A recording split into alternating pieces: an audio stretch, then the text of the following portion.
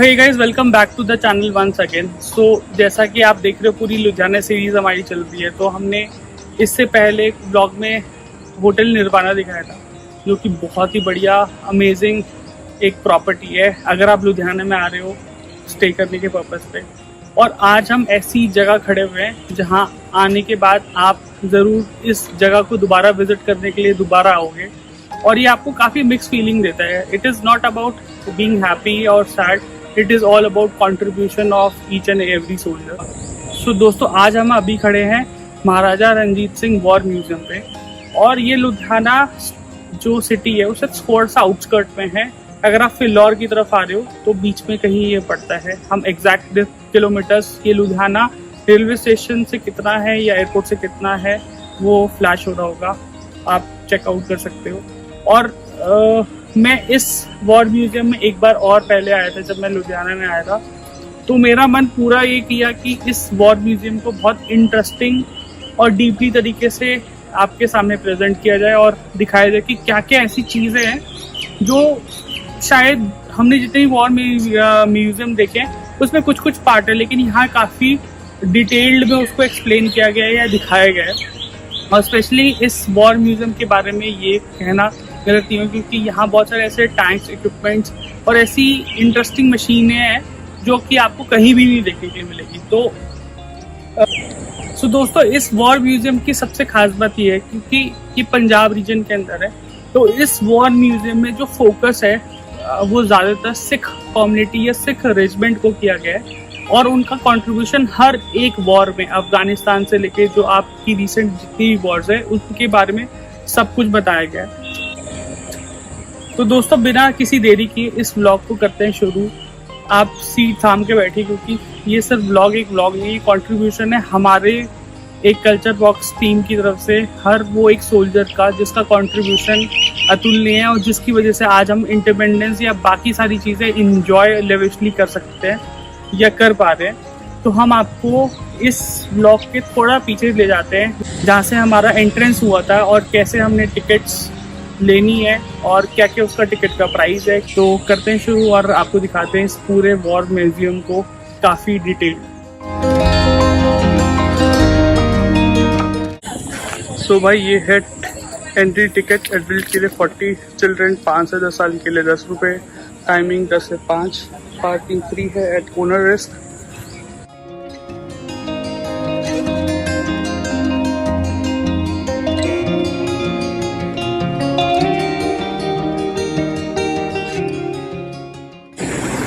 सो पापा ने टिकट ली है और हमारे को ईच एडल्ट की टिकट 40 रुपीज़ की पड़ी है, तो 2 टिकट्स अपनी टोटल 80 रुपीज़ की पड़ी है। और यहाँ से चलते हैं हम अपना वॉर म्यूजियम देखने।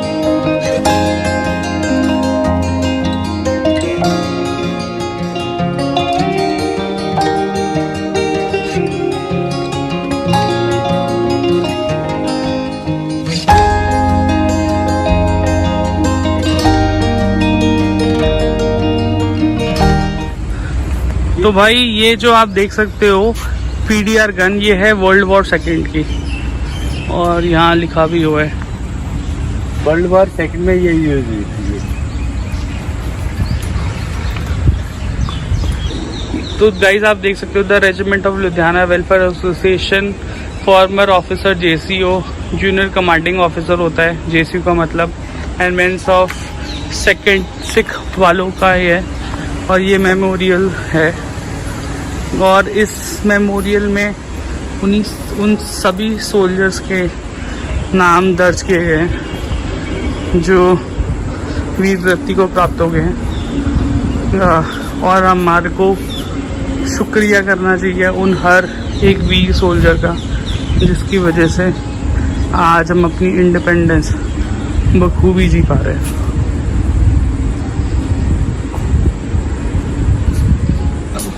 गाइस, जैसा आप इस टाइप की जगह आते हो ना, तो आपको मिक्स टाइप की फीलिंग है। मतलब आपको प्राउड भी फील हो रहा होगा इन हर एक लोगों के ऊपर, और दूसरा थोड़ा सा सैड मोमेंट भी है, क्योंकि आज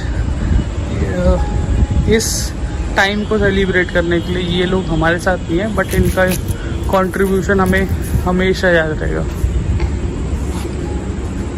और ये है कमांड्स। जैसे मैं आपको थोड़ा सा बताऊं तो इंडिया में 4 मेजर कमांड्स हैं जो मेरी बेस्ट ऑफ द नॉलेज में, नॉर्थ साउथ ईस्ट वेस्ट, फिर वेस्टर्न कमांड्स के अंदर आता है। तो lieutenant general Arun Gautam PVSM।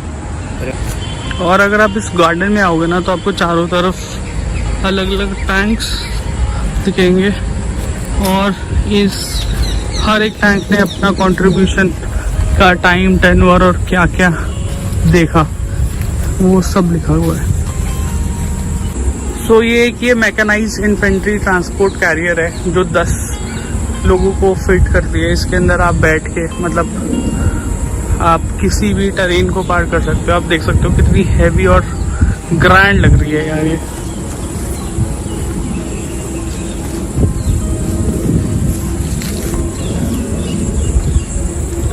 सो भाई एक और नया मशीन, ये है टैंक सेंचुरियन MK7 और ये इंडो पाकिस्तान वॉर में यूज हुई थी। डिटेल्स सारी चीज़ है यहाँ मेंशन है।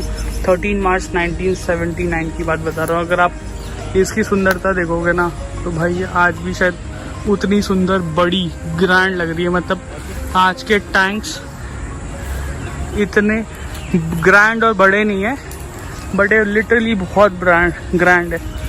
मतलब इसको हमें शूट करने के लिए प्रॉपर काफ़ी पीछे से जाना पड़ रहा है भाई। अल्टीमेट है, अल्टीमेट। काफी बड़े टैंक है, काफ़ी बड़ा मैसिव टैंक है ये और काफ़ी वेट का भी टैंक है। तो सो गाइज ये जितने भी टैंक्स है ना वो इसकी बैक साइड कोर्टयार्ड जिसे बोलते हैं ना वहाँ लगे हुए हैं। तो आपको इसके लिए बैक साइड आना होगा। ऐसा नहीं कि जब आप आओ तो सिर्फ अंदर घूम के जाओ। आप इसके आउट ऑफ जितनी पेरिफेरीज है वहाँ आओ, आपको बहुत सारी इंटरेस्टिंग चीज़ें मिलेंगी। तो चलते हैं, आगे बढ़ते हैं और देखते हैं और कितनी इंटरेस्टिंग मशीन यहाँ लगी हुई हैं। सो गाइज एक और interesting machine OT62 topaz APC, ये डेवलप की गई थी पोलिश सिटीजन्स के थ्रू 1962 में। और इसकी खासियत है कि ये हाई स्पीड रोड और वाटर दोनों में काफ़ी अच्छा परफॉर्म करती है थी।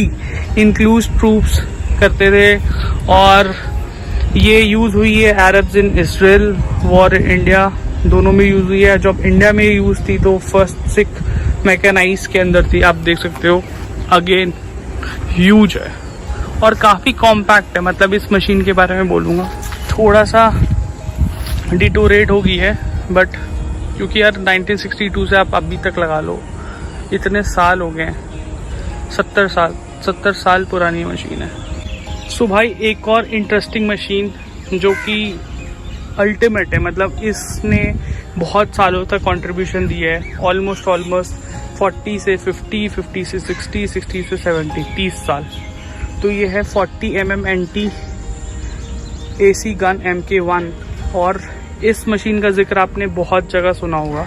तो ये एक ब्रिटिश मशीन है जो 1937 में पब्लिश हुई, मतलब बनी थी अंडर लाइसेंस। और जैसा आप देख सकते हो 1941 से 1970 तक ये यूज़ हुई है। और ये सेकेंड वर्ल्ड वॉर में इस 10 वॉर्स में यूज़ हुई है जो फ्लैश हो रहा भाई। अल्टीमेट है भाई, अल्टीमेट। सो भाई अब एक और आपको न्यूक्लियर कैरियर दिखाते हैं। ये है MiG-27 और ये रशिया का बिल्डअप है। बेसिकली ये जो एयरक्राफ्ट है अभी हम आपको दिखाएंगे, इसकी खास बात ये है कि ये 6 ton nuclear load bomb carry कर सकते हैं और इसका निकनेम है बहादुर। और ये इंट्रोड्यूस हुआ था इंडियन एयरफोर्स में 1980 में और इसने कारगिल्स और पराक्रम जो ऑपरेशंस थे, जो बहुत बड़े ऑपरेशंस थे, उसमें बढ़ चढ़ के पार्ट लिया। तो भाई ये है एक खास बात इस पूरे एयरक्राफ्ट की। और साथ साथ में आप देख सकते हो कितना, जिसे बोलते हैं ना, शार्प एज्ड एयरक्राफ्ट लग रहा है और कितना खौफनाक लग रहा है। आप ये समझ लो कि जब ये चलता होगा, जब ये टेक ऑफ करता होगा तो दुश्मनों की हालत तो वैसे ही टाइट हो जाती होगी। सो दोस्तों मैं इस एयरक्राफ्ट के बारे में एक और बात बताना चाहता हूँ कि ये इंडियन एयरफोर्स का जो जहाज़ है, ये जहाज़ मतलब MiG-27 हमारे दादाजी चलाया करते थे। और उस टाइम भाई साहब इतनी सारी स्टोरीज़ हैं जो अपनी रिलेट करके बताते हैं कि ऐसा हुआ, इस सिचुएशन में ऐसा हुआ। तो he was part of both all the operation, China, Kargil और बहुत सारे मिनी ऑपरेशन जो डिस्क्लोज नहीं है। सो भाई एक और giant Sukhoi 7। So it's is like a tragically fighter bomber और इसने इंडियन एयरफोर्स को सर्व या ज्वाइन किया था 1968 में। और बॉडी सर्कुलर है और एयर इनटेक नोज से होता है। Fuel capacity, payload, armed 2 cannons, length और मैक्सिमम रेंज आप सब कुछ देख सकते हो। और अगर मैं इसकी देखूं और इसके बारे में बताऊं तो ये सिंगल मेंट क्राफ्टेड एयरक्राफ्ट है।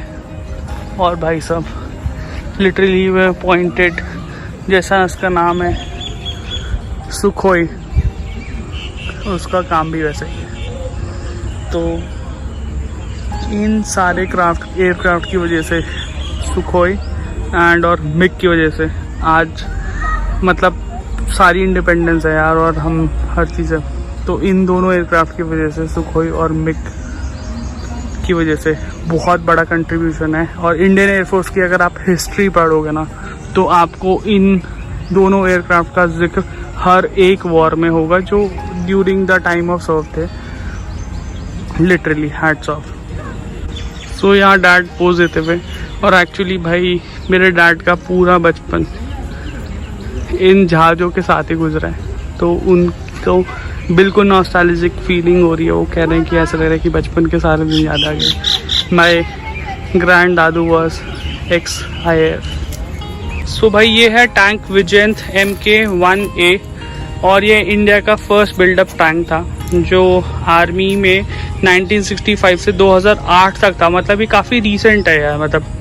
और इस टैंक में खासियत थी कि ये fire control, land navigation, laser sight and field gun इन सब से इक्विप्ड है। और आप देख सकते हो काफ़ी रीसेंट है तो काफ़ी वेल मेंटेन्ड है, काफ़ी वेल मेंटेन्ड और काफ़ी अपग्रेडेड है। मतलब इस टैंक में आप समझ लो कि हर एक वो चीज़ थी जो एक सोल्जर को ज़रूरत होती है ड्यूरिंग वॉर। सो भाई ये है पूरा आर्म्ड व्हीकल जो 4 लोगों को कैरी करने में काफ़ी सक्षम था। सो दोस्तों अभी हम अब मेन बिल्डिंग में एंटर कर रहे हैं और आप देख सकते हो काफ़ी मेंटेन किया हुआ है वेक पार्क, बट और भी मेंटेन और देखभाल की ज़रूरत है क्योंकि यहाँ कुछ ऐसी चीज़ें हैं जो आपको कहीं भी नहीं देखने के लिए मिलेंगी और इतनी डिटेल्स में, और आप इतनी पास से जाके देख सकते हो। भाई एक और इंटरेस्टिंग मशीन और काफ़ी अपग्रेडेड मशीन कह सकते हो, बैटल टैंक 54। सारी डिटेल्स, काफ़ी टेक्निकल डिटेल्स है तो आप देख सकते हो। सारी टेक्निकल आर्म्ड, जिसे बोलते हैं ना कि आर्मी के भाषा में, या टेक्निकल डिटेल्स है। तो मैं ज़्यादा एक्सप्लेन ना करते हुए आपने समझ लिया होगा, देख ही लिया होगा कि कितना वेल साउंडेड टैंक, और काफ़ी जैसे बोलते हैं ना कि इसको देख के ऐसा लग रहा है कि काफ़ी चीज़ें बाहर ना होके कॉम्पैक्ट बनाया गया है। सो भाई हम लोगों ने वहाँ से टिकट ली। ये मेन एंट्रेंस है और ये पूरा ग्राउंड है जहाँ सारे टैंक्स लगे हुए हैं, और ये है main building.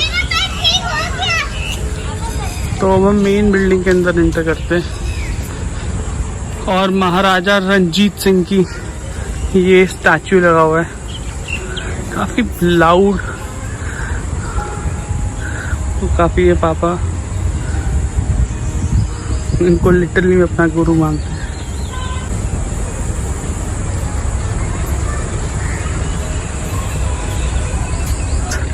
Punjab war museum founded by stone by general O.P. Malhotra, governor Punjab on 11 May 1991। और Maharaja Ranjit Singh war museum inaugurated by captain Amarinder Singh, honourable chief minister of Punjab on 7 September 2005।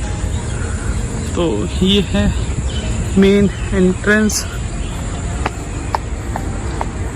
और यहाँ जैसे ही आप खड़ोगे आपको MK-1 राइट साइड दिखेगा। फोर्ड का है तो दोस्तों फोर्ड कोई छोटी बड़ी कंपनी नहीं, बहुत बड़ी कंपनी है जो कि आर्म्ड फोर्सेस के लिए चीज़ें बनाती है। डाइमलर फेरेट स्काउट कार, ये है डाइमलर फेरेट स्काउट कार।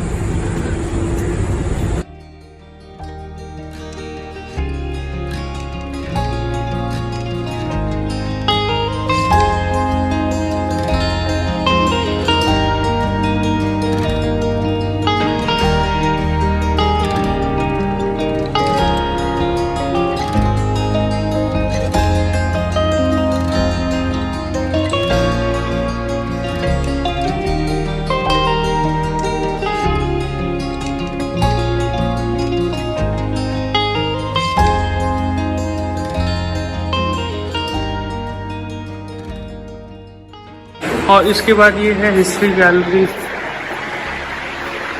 ये आप आओगे तो आपको अगर वॉर के बारे में चीज़ें यूज हुई चीज़ें, हिस्ट्री वेपन्स है, और ये सब ओरिजिनल वेपन है दोस्तों जो आप देखते हो।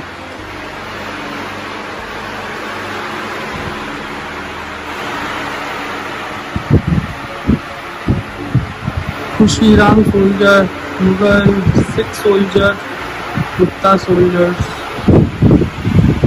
उनके बारे में दिया गया है।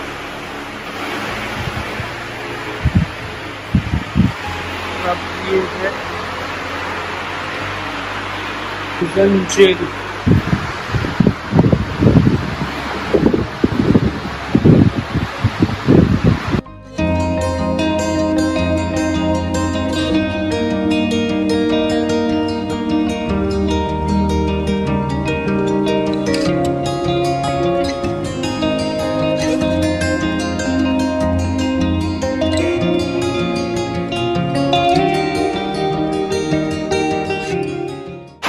ये है बंदा सिंह बहादुर जी का स्टैचू।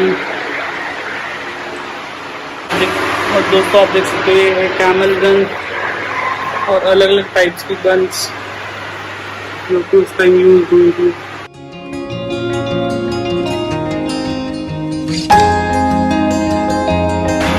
तो दोस्तों ये है बैटल ऑफ पानीपत का वॉर सीन जो कि यहाँ डिपिक्ट है, और ऐसा लग रहा है यहाँ खड़े हुए कि कितना डीप है, मतलब वो वहाँ तक जा रहा है। और इसके बाद आप देखोगे ये सारी टाइप की गन्स हैं।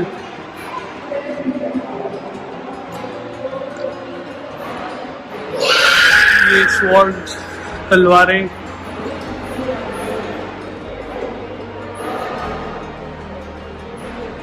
फिर आती है अपनी हीरो गैलरी। उसमें सारे वो हीरोज़ हैं जिनका कंट्रीब्यूशन काबिल तारीफ है। ये Seva medal, Chakra service, Indo Pakistan war during, सूबेदार Malkit Singh commodore, Mohan Vora, Swaraj Prakash, assistant commander रॉ कृष्ण, मधवाना लेफ्टिनेंट राजीव संधू। और ये ओपी ऑपरेशन 1987 से 1989 में थे। ये सारे लोगों का कंट्रीब्यूशन।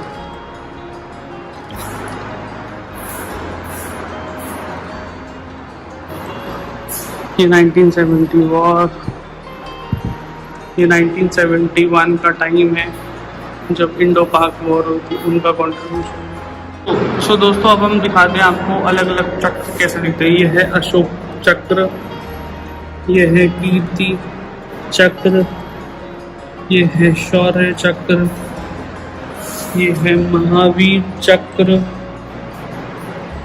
वीर चक्र, परम वीर चक्र,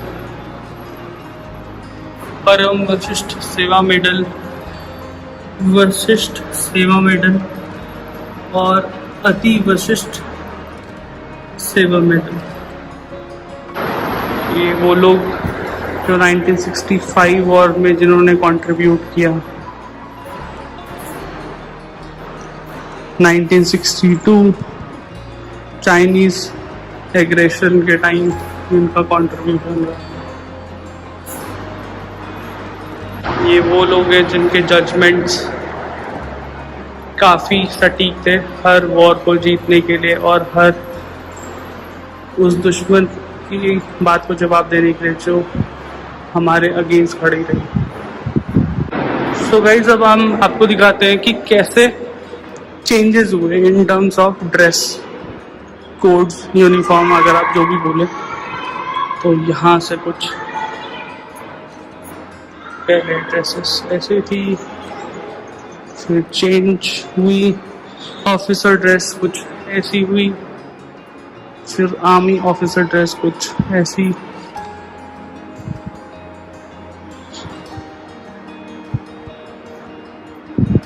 समर ड्रेस ये हमने काफ़ी देखी अपने घरों में जब हमारे ग्रैंडफादर्स अपनी जॉब गिर जाते थे, मतलब उस टाइम।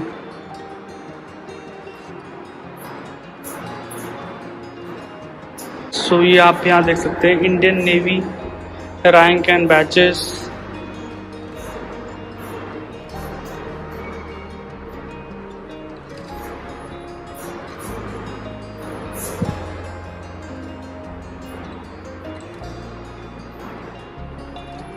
ये सर्विस मेडल्स मिलते हैं जब ड्यूरिंग सर्विस कोई अच्छा कंट्रीब्यूशन करता है अपनी यूनिट के लिए, अपने कमांड के लिए, और या कुछ किसी ने बहुत डिस्टिंक्ट किया हो तो ऐसे सर्विस मेडल्स दिए जाते हैं। और ये है इंडियन एयरफोर्स रैंक्स। तो ये पूरा आपने काफ़ी क्लोजली देखा है इंडियन एयरफोर्स को, कैसे कैसे रैंक्स मिलते हैं, क्या क्या होता है, इनकी पूरी लाइफ जर्नी और लाइफ एज ए सोल्जर क्या डिफरेंस होता है। अगर आप सिविलियन हो तो आप उस चीज़ को एक लेवल तक समझ पाओगे, लेकिन अगर आप डिफेंस के बैकग्राउंड से हो तो वो सारी बातें जो एक डिफेंस पॉइंट ऑफ के लिए इम्पोर्टेंट हो, सारी इम्पोर्टेंट बातें आपके लिए काफ़ी इम्पोर्टेंट रखती है आपकी लाइफ में। और ये हैं अगेन इंडियन आर्मी रैंक्स।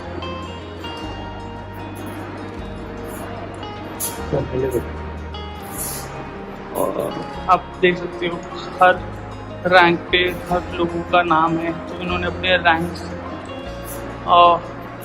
इस म्यूजियम को डोनेट दे दिए ताकि वो की यादें उनका कंट्रीब्यूशन हमेशा रहे। तो जनरल लेफ्टिनेंट, बहुत सारी चीज़ें, फील्ड मार्शल। एक और गैलरी है जिसको हम कहते हैं कारगिल गैलरी।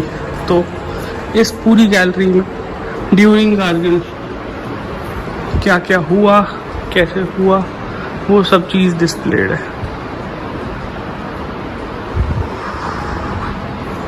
और भाई कारगिल, अगर आपने लेह लद्दाख सीरीज़ देखी हो या हमारी जम्मू कश्मीर सीरीज़ देखी हो तो उसमें उन्होंने कारगिल वॉर मेमोरियल का जिक्र भी किया है।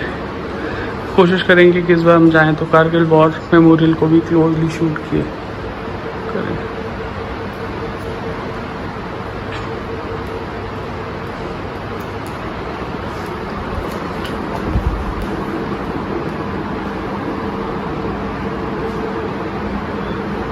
तो ये सारे इक्विपमेंट्स, बुलेट्स, गन्स जो कि कारगिल वॉर टाइम यूज़ की जा रही थी, और हर एक इक्विपमेंट्स, हर एक वेपन का काफ़ी योगदान है, कंट्रीब्यूशन है हमारे पूरी हिस्ट्री में। और भाई बिलीव मी दोस्तों, Kargil is not a easy place. तो हर एक बंदा जो कारगिल की लड़ाई में कंट्रीब्यूट किया है, चाहे वो छोटे लेवल से बड़े लेवल तक, उसका कंट्रीब्यूशन बहुत ही बड़ा है। और बहुत चीज़ ऐसी है जो कारगिल से जुड़ी हुई है, और क्योंकि ये काफ़ी रिसेंट में हुआ था तो अभी भी लोग का दर्द कारगिल वॉर में वो, और कारगिल या कारगिल से जुड़े हुए जितने भी फैक्ट्स फिगर्स हैं कम नहीं हुआ है, क्योंकि इस ड्यूरिंग दिस टाइम काफ़ी ऐसी फैमिलीज डिस्टर्ब हुई हैं जिनकी वजह से या काफ़ी ऐसे सोल्जर्स और इम्पोर्टेंट सोल्जर्स को हमने खो दिया था, जिसकी वजह से काफ़ी फैमिली डिस्टर्ब हुई उनकी। और दोस्तों हमने लेह लद्दाख सीरीज़ में भी कारगिल के बारे में दिखाया है। जम्मू कश्मीर सीरीज़ में जाएंगे तो आप लेह लद्दाख सीरीज़ और जम्मू कश्मीर दोनों सीरीज़ में हम लेह लद्दाख, तो ऐसा है पूरा।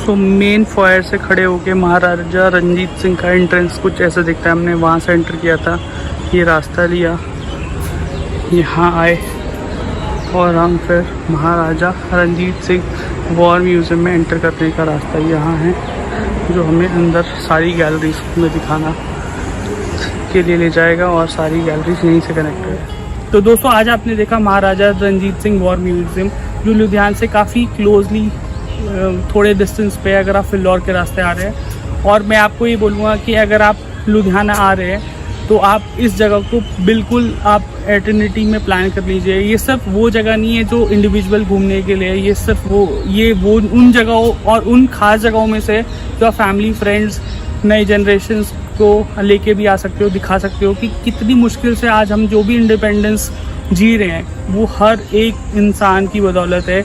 स्टार्टिंग कितनी मुश्किल से हम लोगों ने ये सब चीज़ें ग्रैब की, और अगर आज नेक्स्ट जनरेशन ये सब चीज़ें नहीं सीखेंगी कि कितना कंट्रीब्यूशन हुआ हर एक बंदे का, तो इसको प्रिजर्व करना बहुत ज़रूरी है। और अगर आपको ये वीडियो पसंद आ रही है तो प्लीज़ लाइक शेयर कमेंट करिए और कमेंट बॉक्स में जय हिंद लिखना ना भूलिए। और भाई अगर आप इस जगह आ रहे हो नेक्स्ट टाइम या कभी आप आए हो तो आप अपना एक्सपीरियंस ज़रूर शेयर कीजिए कि आपका एक्सपीरियंस इस जगह का कैसा रहा।